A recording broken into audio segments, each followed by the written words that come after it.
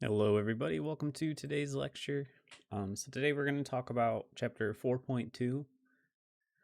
4.1 was about linear growth, and chapter 4 as a whole is about growth. So different types of growth, right? And there's three main types which we talked about, which was linear, exponential, and logistic growth.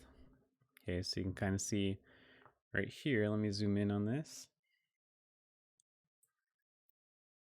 What we talked about in the last video, right? So we had linear, which is what we talked about last time. And then we have exponential, which the difference with, so with linear, everything is growing at a constant rate, right? With exponential, you can see it starts out growing very slowly, but then it starts growing super quickly. Okay, and this is the one we're going to look at today. With logistic, it's kind of the opposite of exponential. It starts out growing very quickly, but then it starts leveling out, right? It starts growing not so quickly after a certain point. So 4.2 is about exponential growth. Okay. And 4.3 is as well. Okay, we're actually going to talk about, we'll probably talk about both of them in the same video. 4.3 is just some special cases for exponential growth. Okay. So let's start out with the definition of exponential growth. Okay. So we say quantity grows exponentially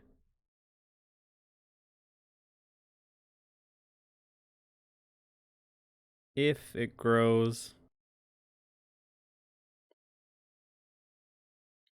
by a constant factor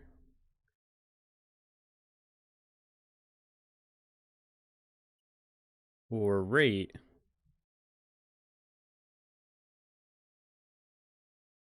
for each unit of time. Okay. So quantity grows exponentially if it grows by a constant factor or rate for each unit of time. Okay. So we typically will just say things grow exponentially to mean that they grow really fast, right, or really quickly.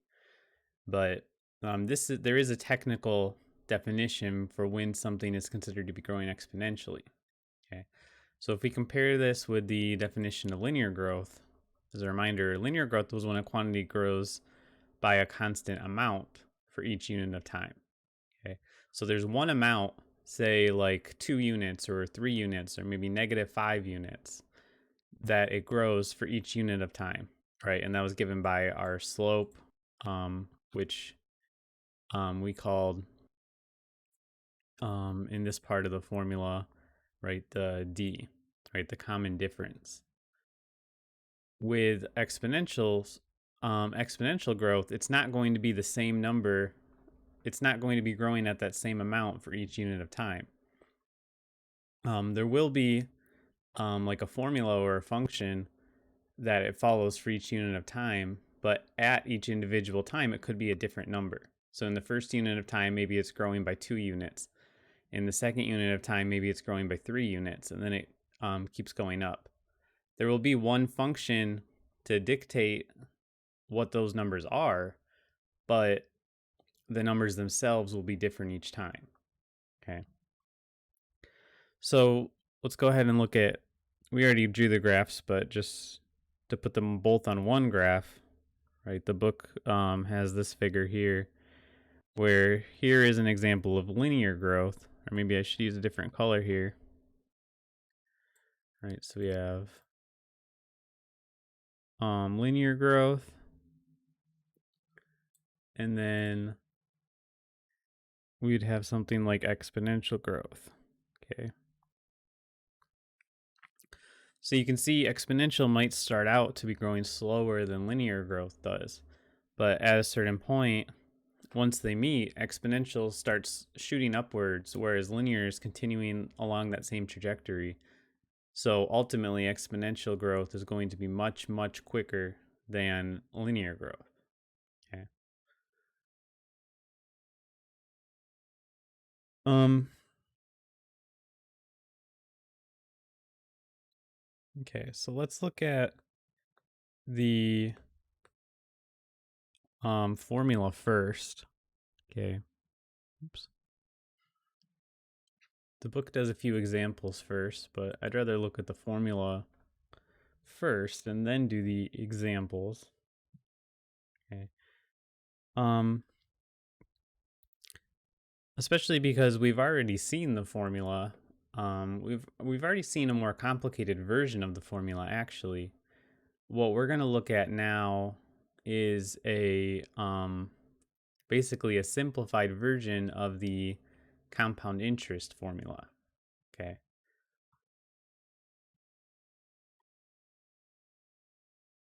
Okay, so let's look at this formula. So the formula, we'll use the same notation, similar notation to what we use in the linear growth formula as well as in the compound interest formula. So if P of t is equal to P naught or P sub 0 times 1 plus R to the tth power. Okay. So it's a plus sign in the middle here.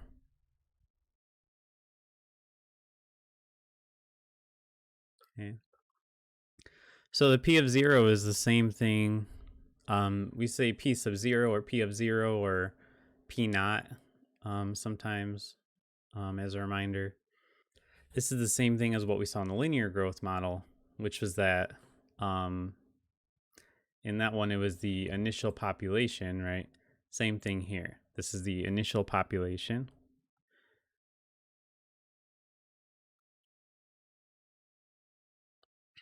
We're using the context of populations, but you can apply this to other things like we saw with compound interest, right? This is very similar to that formula, and there the P was the present value or the principal, right? So the R is going to be your growth rate.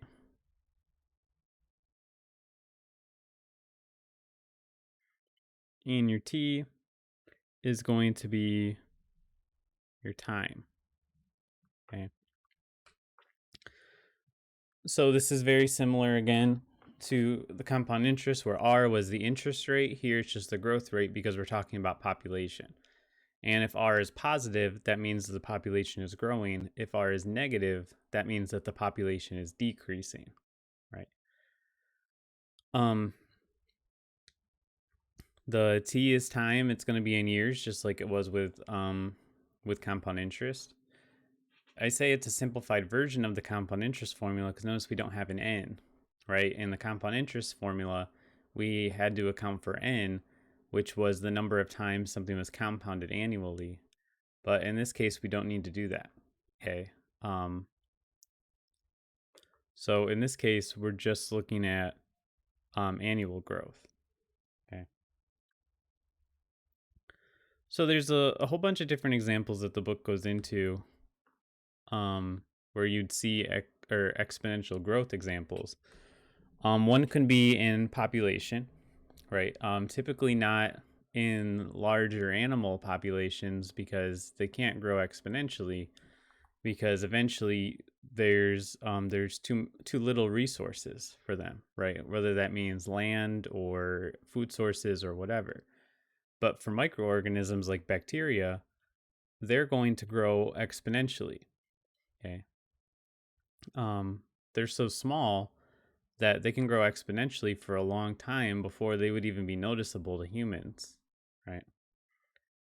Some other examples are some other money examples, like we saw with compound interest, or another thing would be inflation, right? Every year there's inflation with our money. So how much money $10,000 represented in 1990 is different from how much money $10,000 represents today, right? We typically refer to that as the purchasing power, right? You could have purchased more with $10,000 in 1990 than you can with $10,000 today, right? So let's look at an example of inflation first. This is example 4.2.3.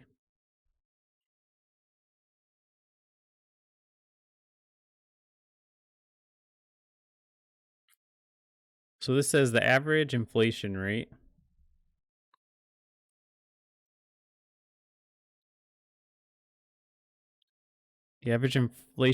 of the US dollar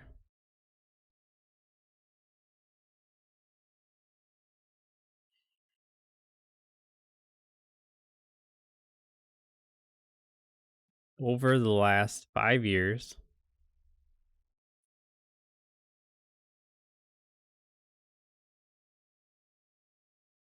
is 1.7% per year. Okay.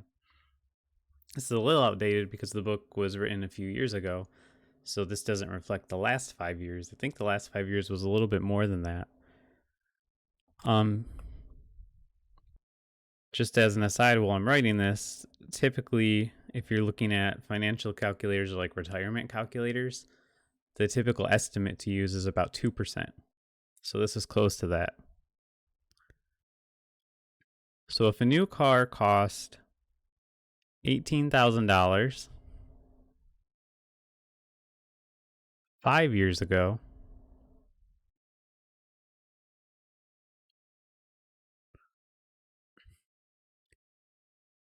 how much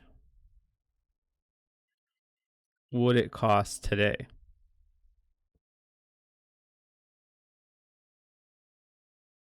Okay.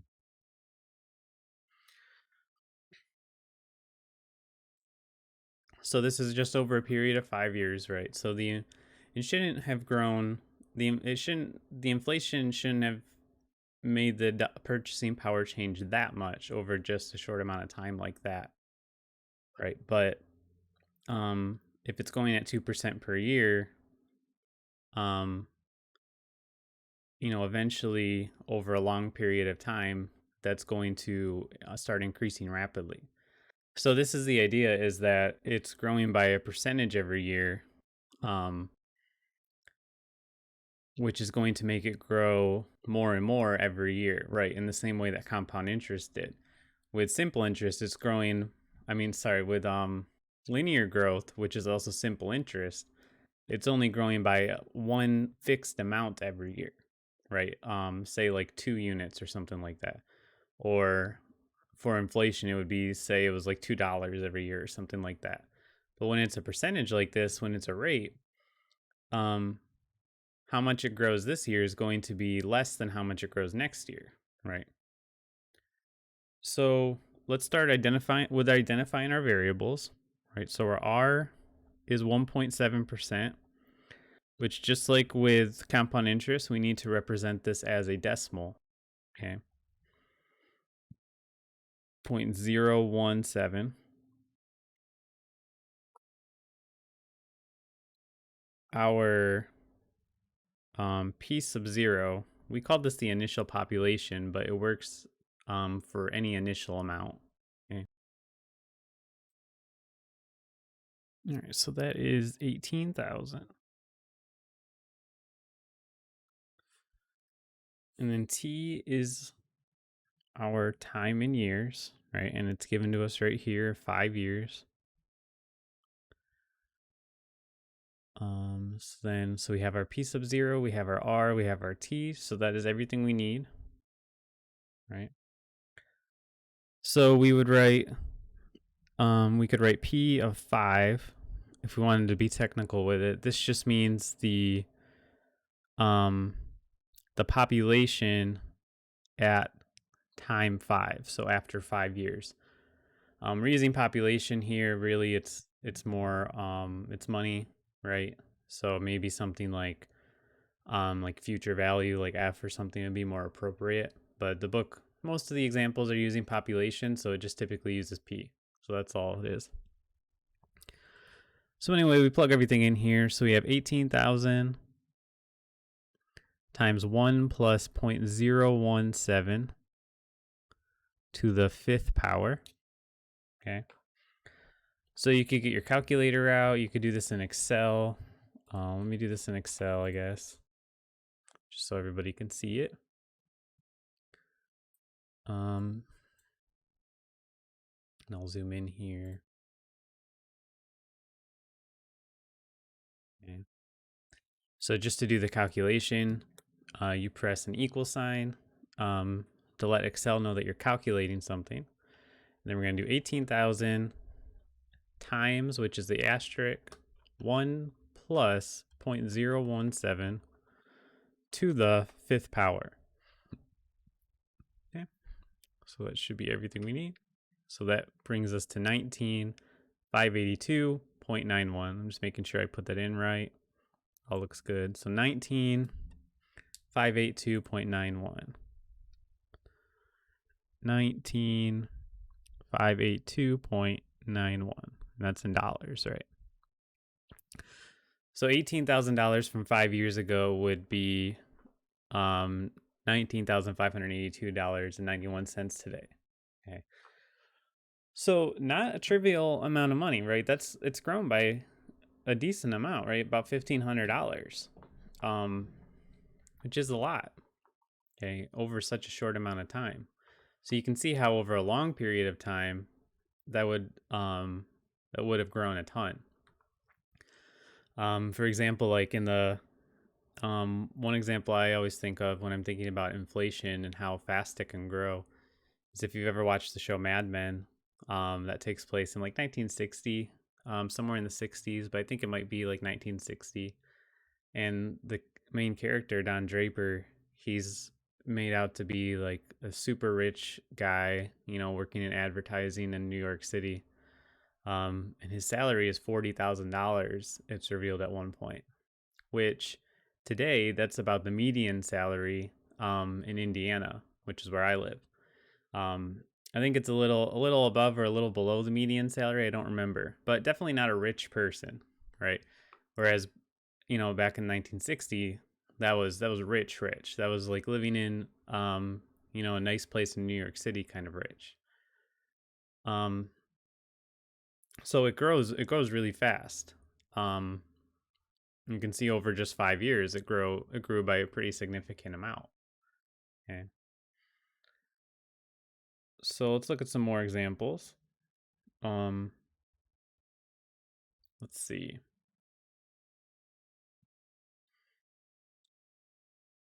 There's one example for the Ebola epidemic, right?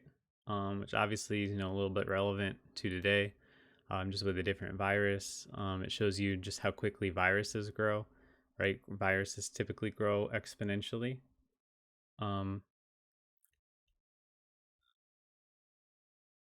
I would rather move on to a different example, though, specifically example 4.2.5, where they talk about population decrease, right? Because here we saw one where it increases. So let's look at one first where it decreases. Okay.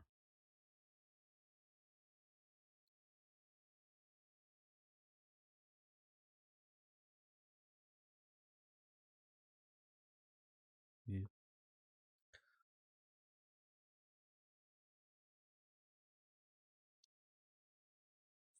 And I want to change it around a little bit because this problem, it's asking you to find the rate, okay? And that's not necessarily something I'm going to ask you guys to do in this class. Just because it's involving a little more algebra than we're really focused on with this class. So I would more so just be asking you to find either the initial population or the final population. Okay. So let's instead say that we're given the rate, and let's instead say that the initial population, so just like this problem says, the initial population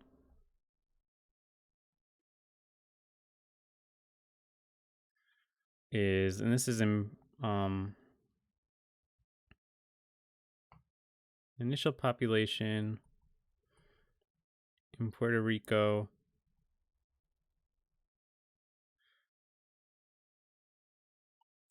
in 2010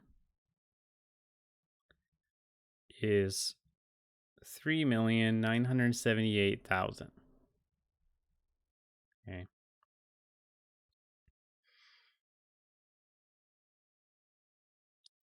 So it's predicted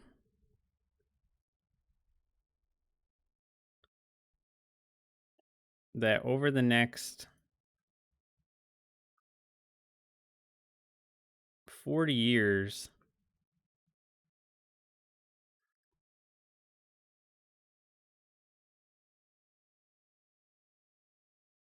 the population will decrease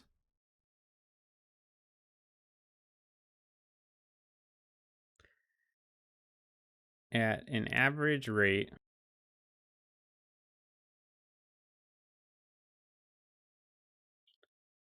of 0.18%. Okay.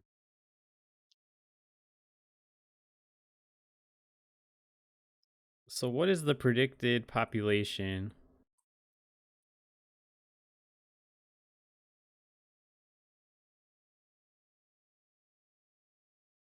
in 2050? Okay, which is that 40-year time period mentioned in the problem. So the book does it a little bit differently. It gives you the population in 2010 and the predicted population in 2050, and then it asks you to come up with the rate that it decreases, which is 0.18%. Okay, so I just flipped it around a little bit. So we should end up with 3,697,000, which is the number that the book gives us. Maybe a little bit off, just for rounding differences.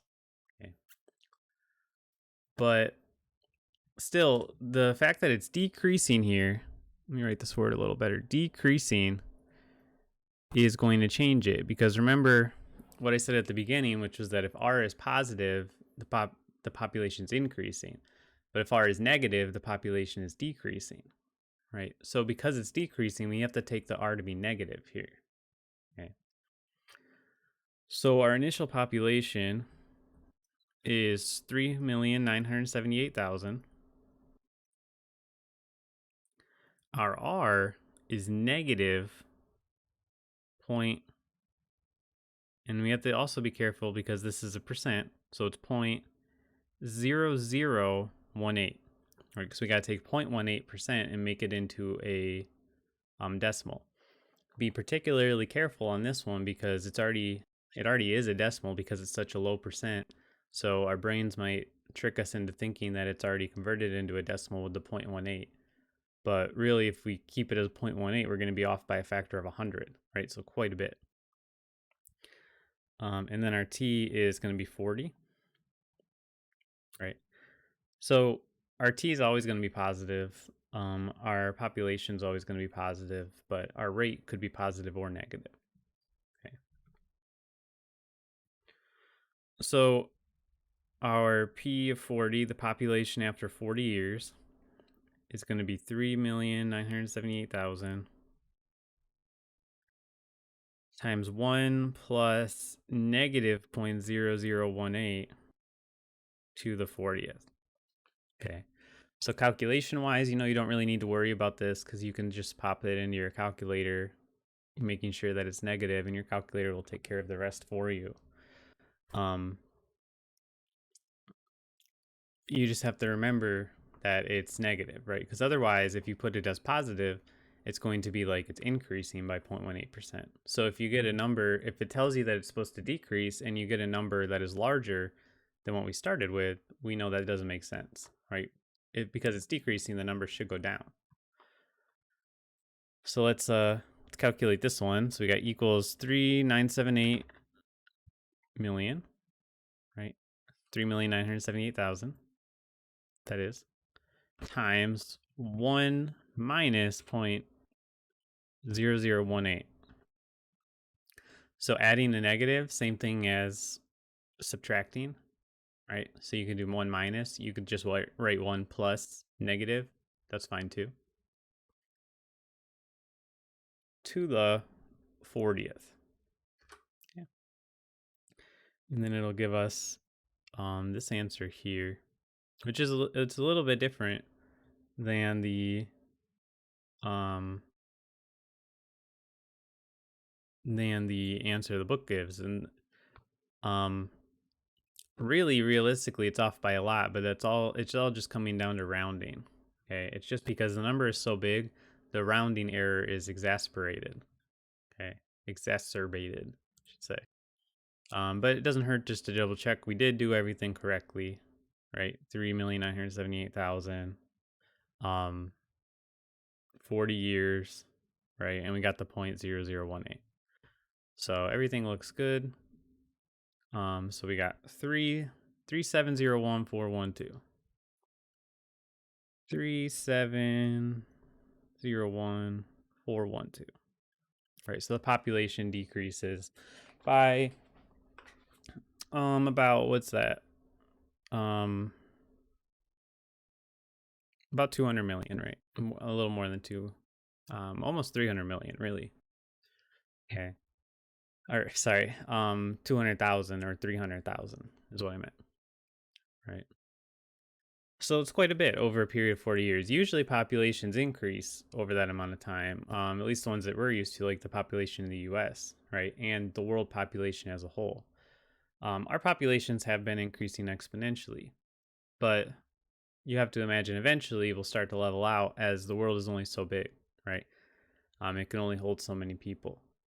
So our population will probably ultimately follow more of a logarithmic growth scale. But individual countries, any number of things could happen, like this, for example, right? This one, they're decreasing exponentially.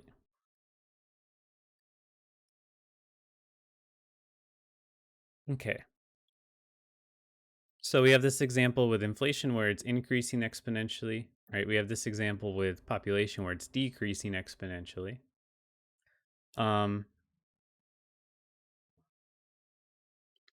Let's go ahead and look at 4.3. Okay, because 4.3 is heavily related to 4.2. 4.3 is about special cases involving exponential growth. Okay, and the populations come back up in this. Okay. So 4.3 is about special cases. Let me zoom in a little more.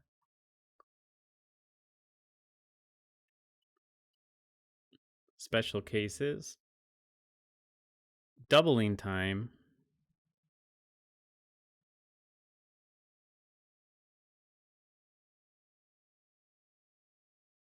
and half-life.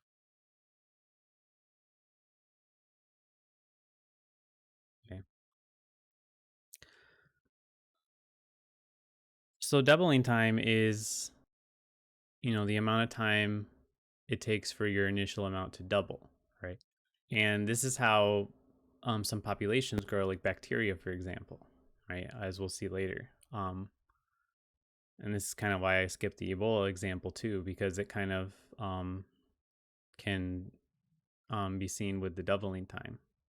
Okay, it's not exactly the same, but it's a similar concept. The half-life is going in the other direction. It's exponentially decreasing, but the half-life tells you if you have certain chemicals, what's called isotopes, right? You can measure how much of that thing is. Sorry,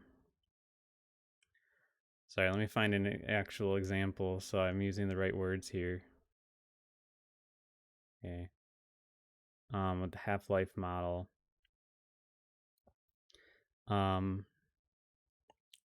So with like an isotope, like example 4.3.9 uses lead 209.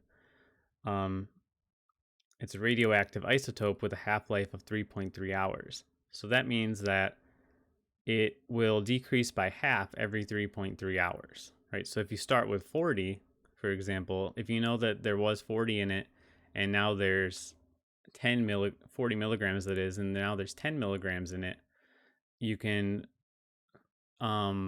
use that to figure out how long it has been there, right?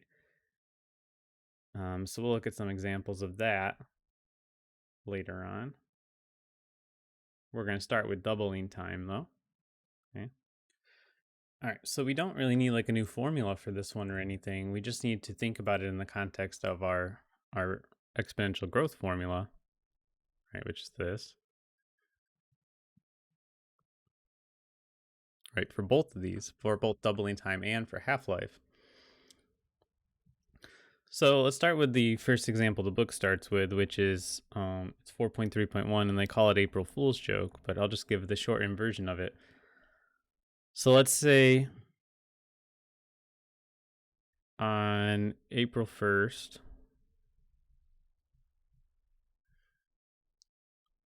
I'm gonna tweak the language a little bit. Let's say on April 1st you deposit 1 cent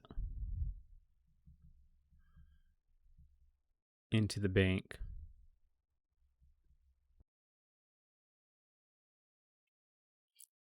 And you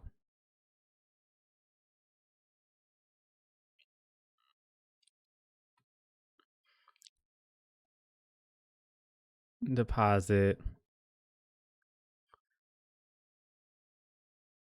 double this the next day.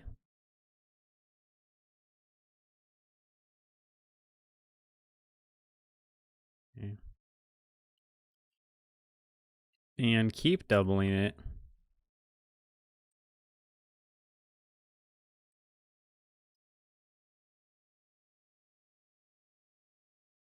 every day for the rest of the month.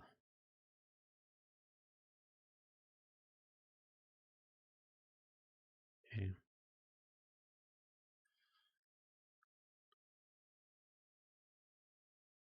How much money will you have deposited?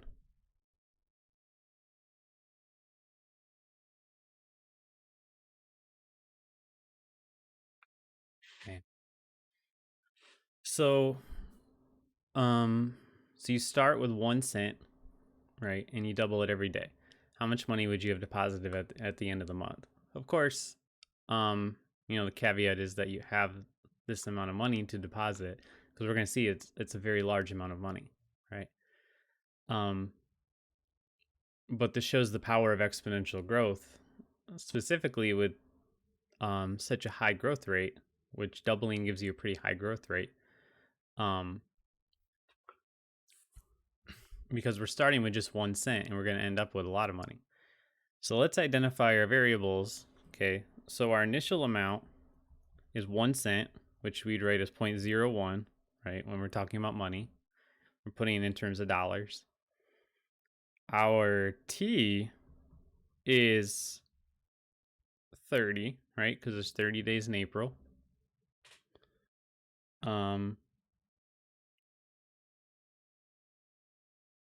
Well, no, it'd just be 29, actually, right? Because we're not counting the first day. The first day, we're just doing the 1 cent, right?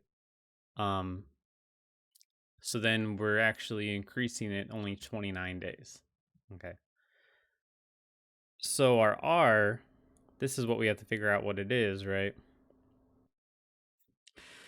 If we wanted to really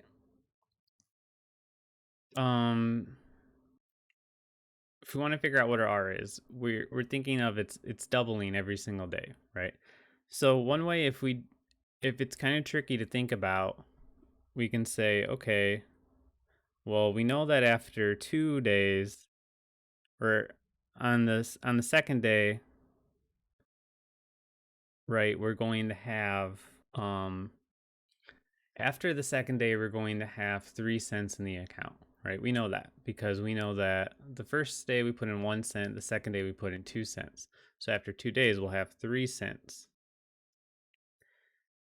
So we know that in our formula, if we started out like this, with 1 day, right?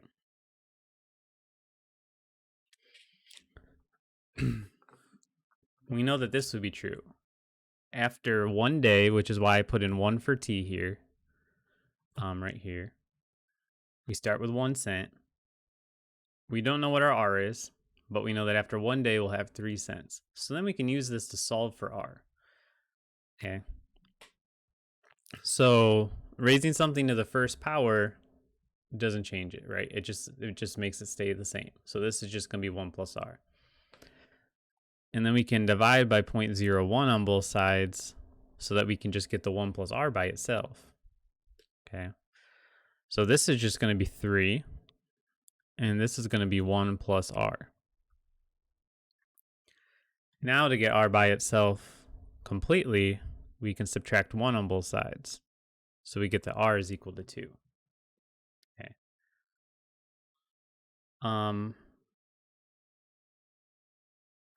Actually, I apologize. I'm thinking about this incorrectly.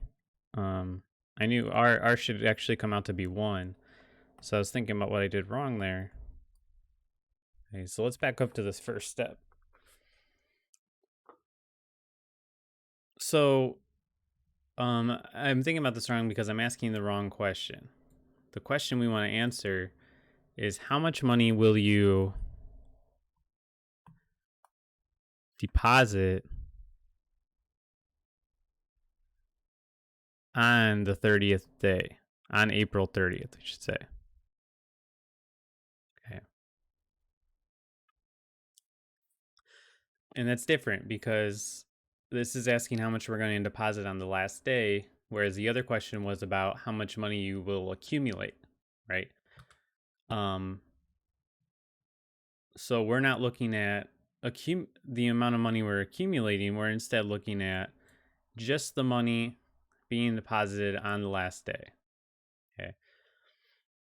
So that means that this quantity right here should actually be 0.02 because this is the formula for just the amount of money being deposited on day 2, right?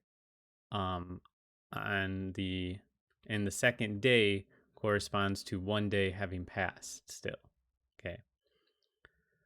So a key difference there. If we wanted to figure out how much money had accumulated, we would find all of the values of t, right? When t equals 1, t equals 2, t equals 3, etc., and then add them all up.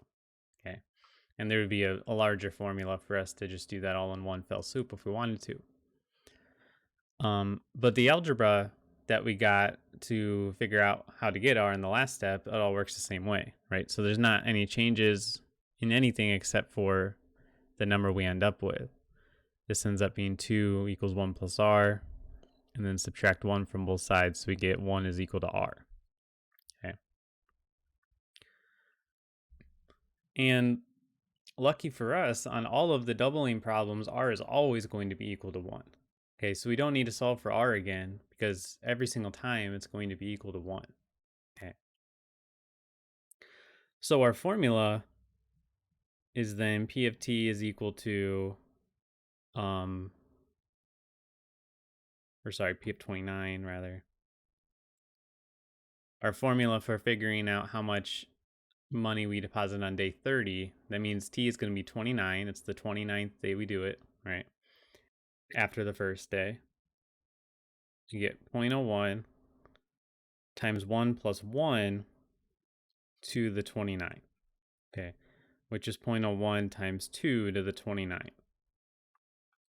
So this is where the doubling part comes in because the inner parentheses ends up being 2 when r is equal to 1. Okay. So we can plug this into the calculator. 0.01 times 2 to the 29th. Okay. So we get 5,368,709, which is what the book gets to. Okay. And well, they get 12 cents also, which you could probably get if we expand it out a little like that. Okay. So it's equal to $5,368,709.12. Okay.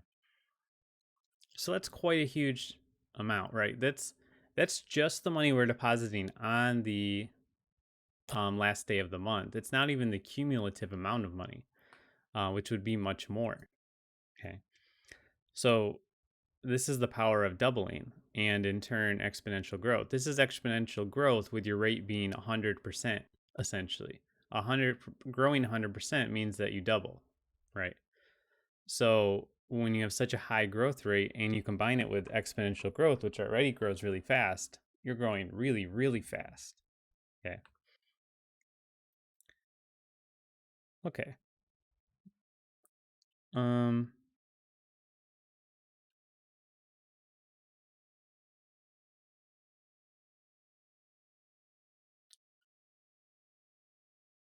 so let's do the next example, which leads us into a little bit different tweak on the formula. Okay. It's about 4.3.2. It's about E. coli bacteria. Okay. Um, let's say that a colony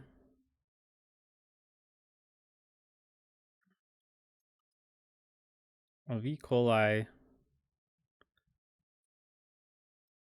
bacteria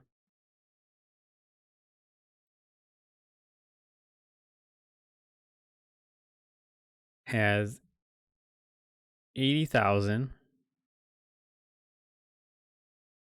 units in it.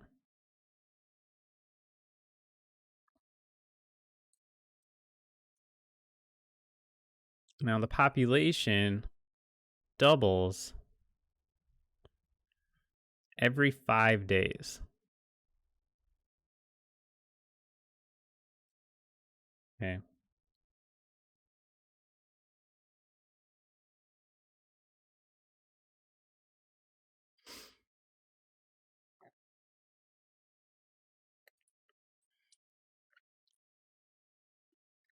How large is the colony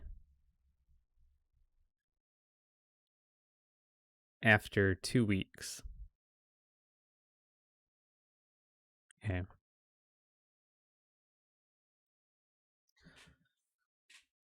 So this is an important example because it's the first time where we're not doing something in years, right? So our t here is not going to be in years necessarily. And that's really just because of the nature of the problem. With bacteria, it doesn't take a year for bacteria populations to double. It just takes a matter of days. Okay. So, um, first we need to see, how does this change the formula? How do we tweak the formula? Okay.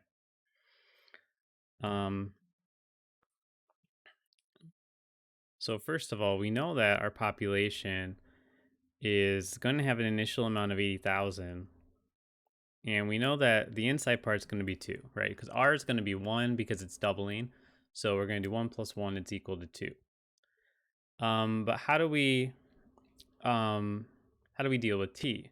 Well, first of all, we don't want to have T be in years because T, in this problem, we're only talking about a matter of days, right? So the first thing we want to do is have T be in days. But then we have to decide, okay, do we want to model it so that it grows, okay, so we can model it so that T is growing in days. We can model it so that it's growing in 5 days or in weeks or whatever, but the proportions will all be weird. The best way to do it is just to have T be in days, right? So then it's not going to double until 5 days. So our exponent should be T over 5. Okay. This will allow us so that if T is 5 days, then this unit up here, T over 5, is 1, right? And that's going to be when it doubles. If we plug in 1, it'll tell us how much the population has grown in 1 day, right? And if we plug in 5, then it'll be 2 to the first power, meaning that it doubles, right? It's going to be 80,000 times 2, 160,000. So the way we figure out what the exponent is we set it up so that whatever number we plug in for T is going to be the time when it doubles. Okay. So now that we have the formula for it, we can just plug in 14, right? 14 days for 2 weeks, and that will tell us the population after 14 days. Okay, so we have P of 14 is equal to 80,000 times 2 to the 14 over 5. Okay.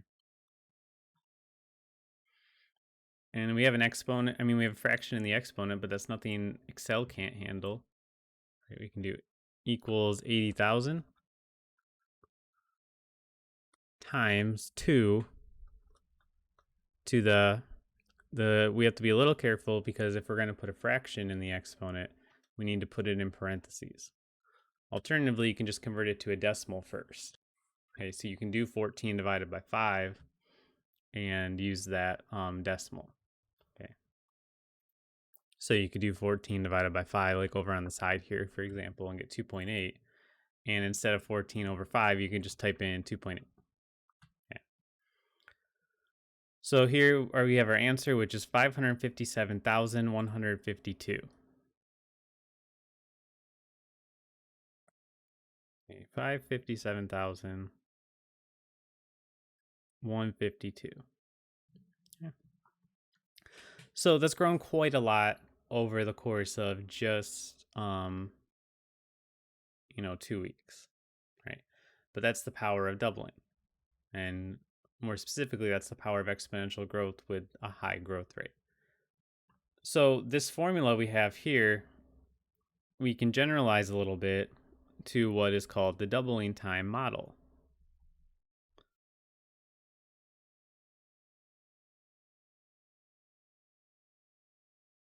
Okay.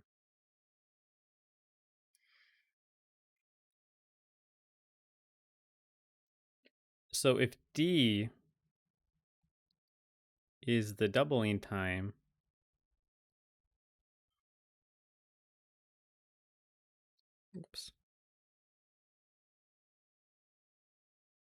of a quantity,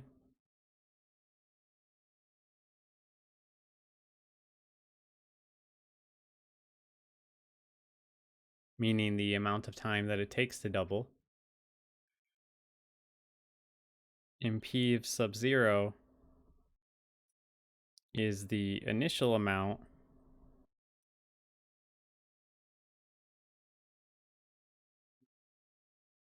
of the quantity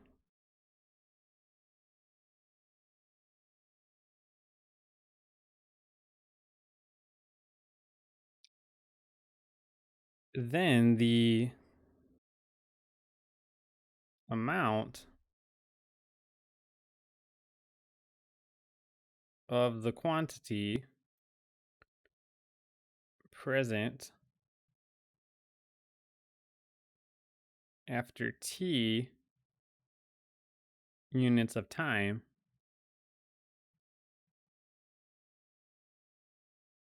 is P of T is equal to P sub 0 2 to the T over D. Okay. So we have a little bit a related formula to the exponential growth formula, but a little bit changed. Namely that we have a fraction in the exponent now, and we replace the 1 plus r with just 2 because it's always growing, it's always doubling over the amount of time, so it's always going to be 2. So the T over D in the fraction corresponds to how we came up with the T over 5 here, right? So if you plug in D for T, in your exponent you have D over D, which is 1. So your answer is going to be 2 times the initial population, aka it's doubled, right? So that's the logic behind this. So this is a little bit more powerful than the formula we had because it lets us look at more specific units of time instead of just looking at years or something like that, right? It lets us look at partial units of time instead, like just days or something. Okay. So I think that is all we'll do in this video. So in the next one, we'll continue on with 4.3. We'll talk about the rest of it, like the half-life and what's called the rule of 70. And then we will also get into 4.4. So I will see you guys for that one. Have a good day.